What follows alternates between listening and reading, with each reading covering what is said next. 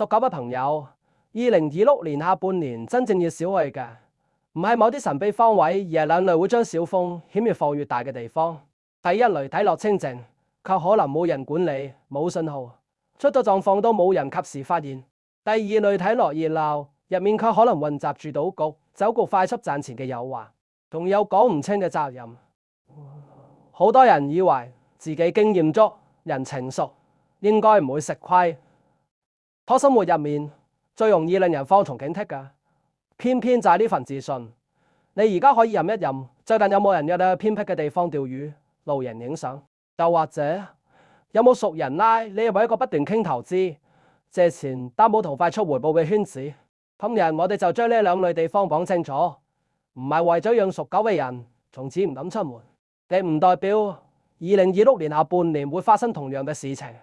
生肖同流年可以當作傳統文化入面嘅一重提醒，真正決定風險大小嘅，始終係天氣、路線、身體狀態同行嘅人、合同責任，以及咩關鍵時刻可唔可以晚路嚟。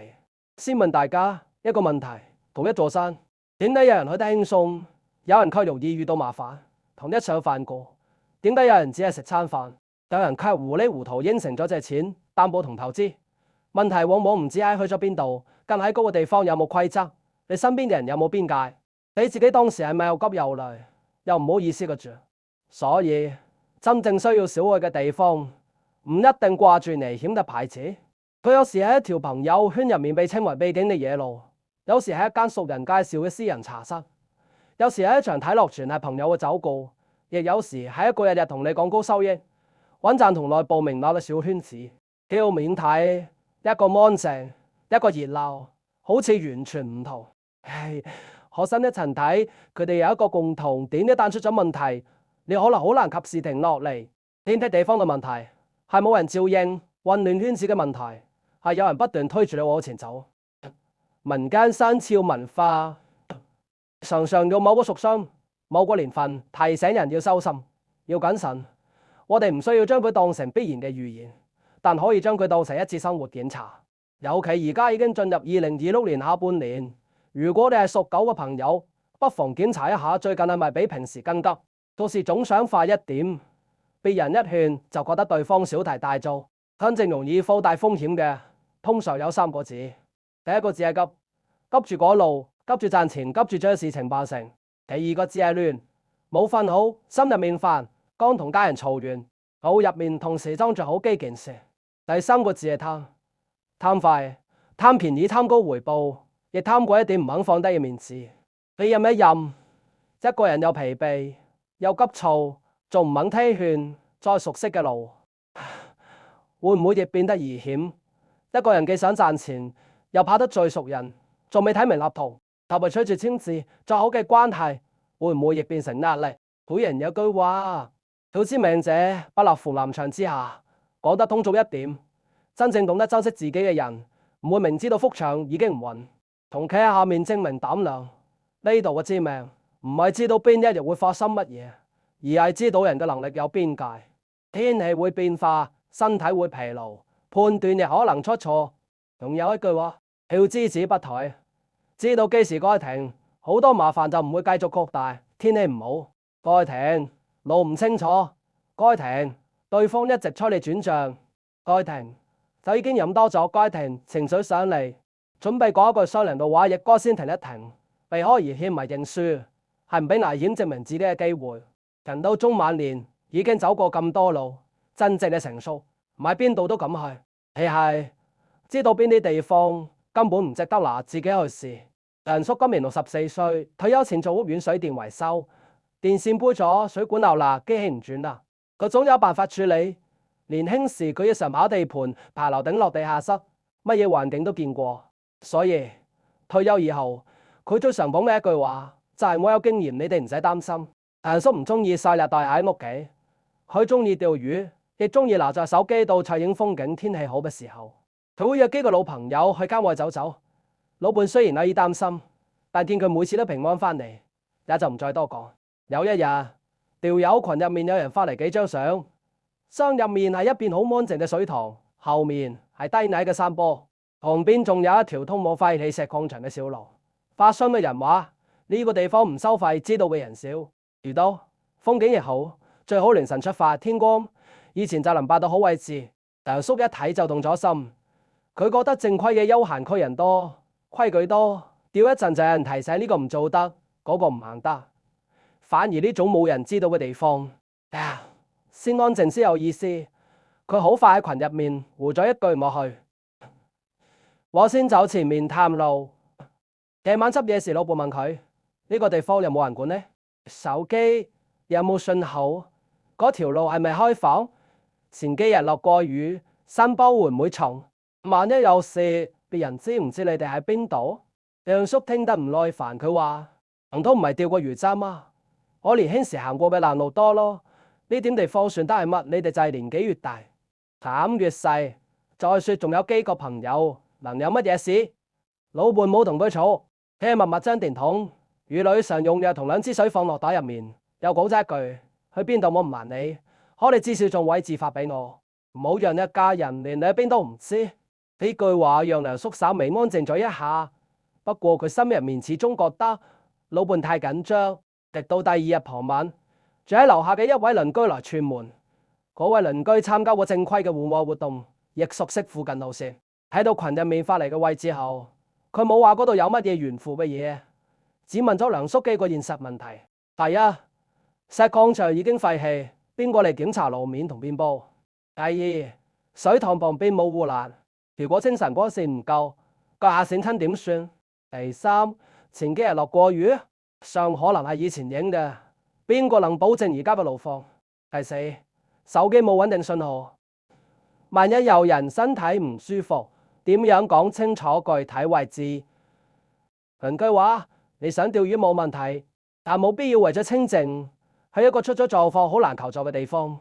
附近有個正規嘅水塘休閒區，入口有人登記，泊車方便，手機有信號，天氣變化亦有人提醒。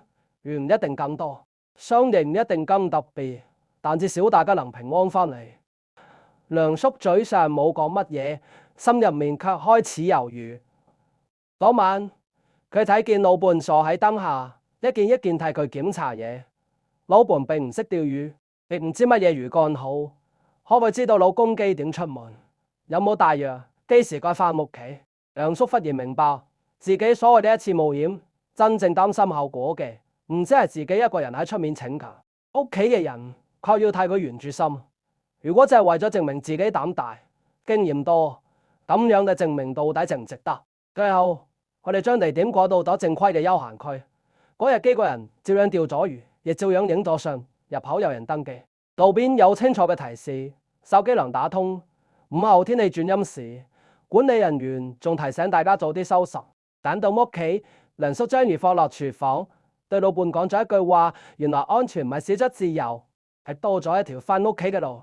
你睇佢冇因為揾咗地方就少掉乜嘢福氣，亦冇因為唔係偏僻水塘就冇咗面子。相反，佢保留咗興趣，亦讓朋友同家人更放心。真正有經驗嘅人唔係邊度都咁去，而係知道邊啲地方唔值得拿自己去試。如果呢個故事令你任你自己或家人，可以先點個讚。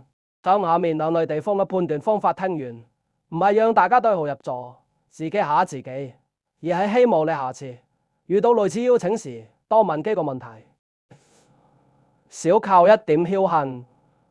第一類需要謹慎嘅就係冇人管理，缺少信號，缺少照應嘅偏僻場所。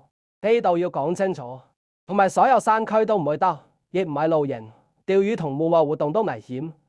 正規嘅景區有管理嘅營地，開放嘅步道，只要根據天氣同自身情況做好準備，好多人都可以正常參加。真正需要當心嘅係未開放、冇管理路線唔清楚嘅地方，比如廢棄工廈爛尾樓、舊礦區、冇照明嘅施工區域，冇護欄同舊山設施嘅水邊、冇信號嘅野山小路，以及為咗拍攝、探險而私自進入嘅封閉區域，呢啲地方都係問題。唔係乜嘢睇唔見嘅戲，而係睇得見嘅現實風險。建築可能年久失修，地面可能有坑洞，水邊可能濕滑，山路可能因為降雨變得蟲洞。更重要嘅係冇人登記你幾時入去，亦冇人知道你該幾時出嚟。一旦迷路，閃親或身體唔舒服，別人連從邊度開始揾都唔知。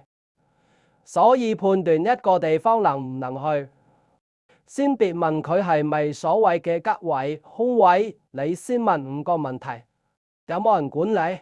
手機能唔能聯繫到人？路線有冇清楚標識？家人知唔知我喺邊度？如果出問題，救援人員能唔能準確揾到我？只要呢幾個問題入面有2、3個答唔上嚟，就值得重新考慮。尤其係一個人行動、夜間行動、天氣唔好和身體疲勞時，更唔好為咗面子死吵。有啲朋友會話：我身體一直好好，行呢點路經乜嘢？可唔安全判斷唔能夠淨係睇過去。琴晚有冇瞓好？今日有冇頭暈？食緊嘅藥物會唔會影響反應能力？最近有冇胸悶、疼痛、呼吸唔順暢或明顯疲勞？呢啲都比生肖更值得認真觀察。如果出現持續失眠、明顯疲勞、胸痛、呼吸困難、突然頭暈無力、持續疼痛或其他明顯異常，應及時尋求專業醫生幫助。唔好淨係話自己運勢唔好，亦唔好自己停藥改藥，更唔好用一次戶外活動去證明身體冇問題。人到咗60歲以後，唔係唔可以出門，而係更應該帶住準備出門，將路線講俾家人知，約可靠嘅人同行查看天氣同開課資訊。天黑前返回，飲酒後唔揸車，唔入山，唔靠近危險水域。呢啲小動作睇落普通，卻比任何護身說法都更實際。真正需要避開嘅唔係安靜嘅地方，而係出咗問題以後冇人知道，冇人能幫，自己仲唔肯回頭嘅地方。第二類需要少去嘅係賭博、過量飲酒、快速賺錢、憂鬱同責任唔清混雜喺一齊嘅圈子。佢冇荒山咁安靜，反而可能燈光好光，人好多，大家都對你好熱情。我呢種熱鬧有時比偏僻嘅路徑容易令人放低戒心。先說明，正常嘅親朋聚會、社區活動、唱歌飲茶，當然唔係唔可以參嘅。一個人退休以後有朋友、有興趣、有地方傾偈係好事。我哋真正要遠黐嘅，唔係熱鬧本身，亦唔係生活暫時困難需要傾訴嘅人，而係嗰啲不斷催你冒險、攞感情俾你應承，出咗問題卻想將責任推俾你嘅環境。第一重係總攞刺激同輸贏留住人嘅圈子。剛開始可能只係打機圈牌、飲幾杯酒，後來有人輸咗唔肯走，有人不斷勸翻本，有人用唔玩債唔俾面子嚟激你，錢越落越大，酒越飲越多，脾氣亦越來越控制唔住。呢類地方最麻煩嘅，唔止係輸少少錢，人喺興奮酒後或急住翻本時，判斷容易變差，只睇見眼前嘅輸贏，睇唔見翻屋企嘅路。有人酒後仲要揸車，有人將家庭生活費拿出來繼續啦，有人因為一句話爭到面紅耳赤。你以為係喺度放鬆，最後卻將壓力、債務同杯脾氣一齊帶翻屋企。第二重係日日傾快速賺錢嘅圈子，對方話你知呢個係內部明路，係熟人先有嘅機會，回報穩定，錯過就冇。佢只可能賺幾多，行唔遠已說明前頭到邊度，只催你馬上轉賬，卻唔願有你將資料帶翻屋企。嘴秀話絕對安全，合同入面卻全係模糊嘅責任。凡係投資都有風險，真正合規透明嘅項目唔會經你查資料，亦唔會阻止你諮詢家人同專業人士。越係不斷強調穩賺、保證、高回報，越需要停落嚟核實。呢度唔係話所有屬狗人都會俾人呃，而係提醒任何人供急住改善收入，經錯過機會嘅時候，都容易忽略原本睇得見嘅問題。第三重係總想將責任交俾你嘅圈子。有人話只係幫忙簽個字，有人話只係暫時借下錢，仲有人話你乜都唔使管，出咗問題佢負責。可真到咗合同、擔保同債務面前，口頭上嘅兄弟情義未必能夠替你承擔法律同經濟責任。幫助別人冇錯，重感情亦唔係缺點，可幫助應該喺自己能夠承受嘅範圍入面。你可以聽對方講，可以幫佢尋找正規渠道，亦可以喺唔影響家庭基本生活嘅情況下給予適當幫助。但你唔必為咗證明情義，將退休積蓄、樓房同家人嘅安全感一齊壓上去。判斷一個圈子值唔值得繼續來往，亦可以問幾個問題。對方尊唔尊重我拒絕？點解唔要我返屋企商量？如果呢個項目唔係熟人介紹，我就會相信嗎？賠付率結果發生時，我承擔得起嗎？責任有冇清楚寫入合同？真正值得交往嘅人唔會攞份情催你轉賬。真正可靠嘅機會，亦唔經你返屋企飲一晚。我姨60歲，退休前喺服裝店做 sales， 以前每日由朝到晚都喺度接待客，同同事講嘢，返到屋企仲嫌耳邊太嘈。可退休以後，屋企忽然安靜落嚟，佢反而唔習慣啦。老公平時中意喺屋企睇書，阿女成家以後亦唔能經常返嚟。許姨每日買煮飯散步，日子冇乜大問題，就係覺得認識嘅人越來越少。佢常講，人退落嚟以後，最怕嘅唔係冇事做，係一日連個傾偈嘅人都冇。後來佢喺一次活動中認識咗幾位新朋友，對方好熱情，經常約佢一間私人茶室。大家一見面就叫佢嘅啫，但佢識着衫，有眼光，仲送佢一啲唔值錢但好貼心嘅小禮物。一開始大家只傾退休生活、養生同仔女，佢已覺得終於揾到一班傾得埋嘅人。每次聚會都好期待。過咗一陣，話題慢慢變咗，有人開始介紹一個所謂嘅養老項目，碼頭入一筆錢，每個月都有穩定回報，以後仲能享受旅遊同養老服務。對方話俾許姨知，呢個名額唔係邊個都有，因為將佢當自己人，先提前話佢知，今日唔決定過幾日名額就冇啦。仲叮囑佢唔好到查港知道嘅人多咗，機會就輪唔到自己。許姨聽得心動，佢唔係貪心，只係任住退休收入固定。如果每個月多一筆錢，自己輕鬆少少，亦能少俾阿女添負擔。見到台邊幾個人都喺度表示要參加，佢又擔心自己拒絕以後會被認為膽小冇見識。佢拎出手機，差一點就準備轉賬，就喺輸入金路時，佢諗起老公講過嘅一句話：越係大事，越別怕多問一句。許姨最後話：前面呢張卡入面，我要返屋企睇睇。對方馬上勸佢話：咁好嘅機會，仲要商量乜嘢？老伴唔明新項目，話俾屋企聽翻而麻煩。就係呢句話，咁許姨心入面忽然有啲唔舒服。返屋企後，佢將資料交俾老公同阿女，家人冇笑佢，亦冇鬧佢貪心，只係陪佢問咗幾個問題：項目由邊個經營？錢進入公司戶口定係個人戶口？所謂嘅回報從邊度嚟？如果中途退出，需要乜嘢條件？有冇完整合同同清楚嘅風險說明？第二日，許姨將呢啲問題發俾介紹人，對方冇正面回答，只係一片片講機會難得。佢相信朋友，佢提出想多睇幾日合同，對方嘅語氣馬上冷咗落嚟，就話佢唔夠信任大家。許姨最終冇轉賬。幾日以後，原本每日問候佢嘅人，漸漸唔再揾佢。佢心入面確實有一點失落，甚至懷疑自己係咪太謹慎，錯過咗朋友同機會。好過咗一段時間，佢又明白咗，如果一段關係必須靠轉賬嚟維持，如果一個朋友不能接受你核實同佢絕，嗰對方需要嘅可能唔係你呢個人，而係你手入面嘅錢。後來許姨參加咗社區嘅手工活動，嗰度嘅人唔傾高回報，亦唔催佢買嘢，大家一齊學剪紙、整布袋、傾菜界、傾仔女，邊個有事就請㗎，冇人追問，熱鬧冇私人茶室咁刺激。許姨卻覺得更踏實。有些熱鬧係陪伴，有些熱鬧只係等你掏錢。真正嘅朋友允許你慢慢入，亦尊重你講。嗰屬狗嘅朋友喺2026年下半年可以點樣將呢份提醒落到生活入面？唔需要求乜嘢，亦唔需要因為生肖將自己關喺屋企。記住三個停一下就夠啦。第一個，出發以前停一下。唔好拿起鎖匙就走，亦冇人哋一又馬上應承。先睇天氣，查清目的地係咪開放區域，有冇管理人員，手機有冇信號，將位置同預計返回時教話俾家人知，盡量約可靠嘅人同行。如果前一晚冇瞓好，今日明顯疲勞，或者飲咗酒，就調整計喎。身體出現異常，就先處理身體。出門前多花10分鐘檢查，可能比路上快10分鐘更重要。第二個。應承同轉賬，以前停一下，唔喺走台、排台同情緒激動時傾錢，唔當場應承借錢、擔保合夥同大鳥投資，將資料帶返屋企，至少隔一晚再決定，查清資質、資金去向、退出條件同最杯結果，必要時諮詢合股嘅財務，法律或行業專業人士。如果你唔好意思拒絕，可以直接講呢件事數額唔細，我需要返屋企商量同核實。今日不能答覆。